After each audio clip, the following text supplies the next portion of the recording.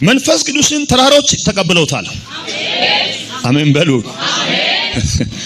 በሲና ተራራ ላይ የእግዚአብሔር መንፈስ በእሳት አምሳል አልወረደበትም?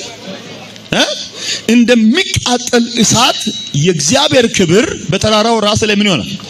ይነድ ኦር ይቃጠል ነበር። that means የእግዚአብሔርን መንፈስ ተራሮች ተቀብለውታል።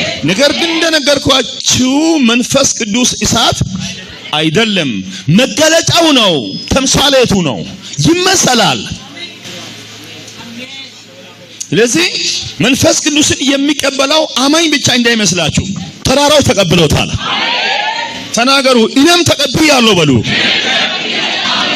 የሰው ልጅ በመንፈስ ቅዱስ መሞላት የሚጀምረው የሆነ ደህንነት ተምሮ ተጠምቆ ትልቅ ሰው ሆኖ ኳር ውስጥ ገብቶ ነቢይ ሆኖ አይደለም። በእናትየው ሆድ ውስጥ በመንፈስ የተሞላው ልጅ የማን ልጅ ነው? የማን ልጅ ነው? እኛ እኮ ትልልቆች ሆነን እንኳን እኮ ይሄን ያህል ትምህርት እየፈሰሰ ተምረሉሉ ስለ መንፈስ ቅዱስ ሙላት ሲወራ እኮ ግራ ይገባናል። ግራ እኮ ይገባናል። ሰው ቆይ መንፈስ ምን ማለት ነው? ቆይ መንፈስ መሞላት ምናምን ምን እያለን ልንል እንችላለን።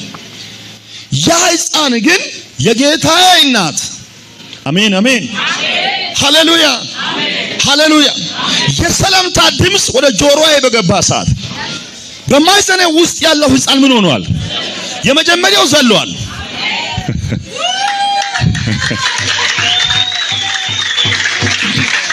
ጽንስ የሚያዘል ሰላምታ አቤት ማርያም የምትገርም ሴት ናት አንተ። ሰላምታ ብቻ ስታ ጽንሷን የምታዘል because የኪዳኑ ምስጢር ነው። that was the mystery of his covenant, the covenant of our God. የጌታችን ኪዳን ነው።